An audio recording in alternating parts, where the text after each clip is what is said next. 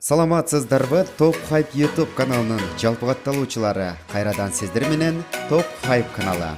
Бүгүн сиздер үчүн актер, тамашоочу, вайнер, айтор позитивдүү жигит Шумкар Бейшеналиев жөнүндө сиздерге айтып бермекчибиз. Анда эмесе биз баштадык. Каарманыбыз тууралуу Шумкар Бейшеналиев 1994 жылы 7 январда Балыкчы шаарында туулган. Кесиби Бүбүсара Бейшеналиева атындагы Кыргыз мамлекеттик маданият жана искусство университетинин кино режиссерлук факультетинде окуган. Анын тартылган тасмалары бир мешок акча, фонд, напарниктер, до плюс фа, бажарики, бажарики 2, көкбөрү жана башкалар.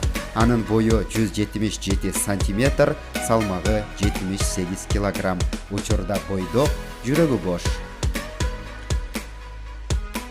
Шумкар мырзанын айтуусунда ал тамашоого 11 классында келген.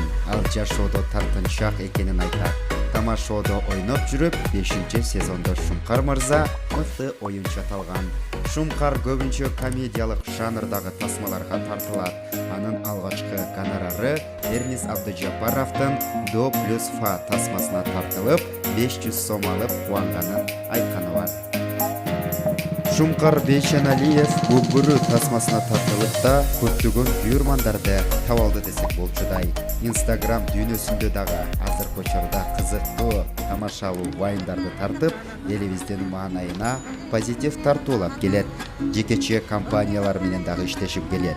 Анын Инстаграм баракчасында 360 миңден ашык катталуучусу бар. Демек, Инстаграм дүйнөсүндө дагы популярдуулукты жараткан. Топ Хайп каналынын жалпы катталуучулары кезектеги каарманыбыз Шумкар Бейшеналиевдин кызыктуу маалыматтары туурасында айтып бердик. Биздин каналга катталып, кызыктуу маалыматтардан кабардар болуп туруңуздар. Эмне жумуш болмок эле, билесиң да, Марс менен гонкага түшөм да мен. Здравствуй, мама. Вот опять пишу письмо.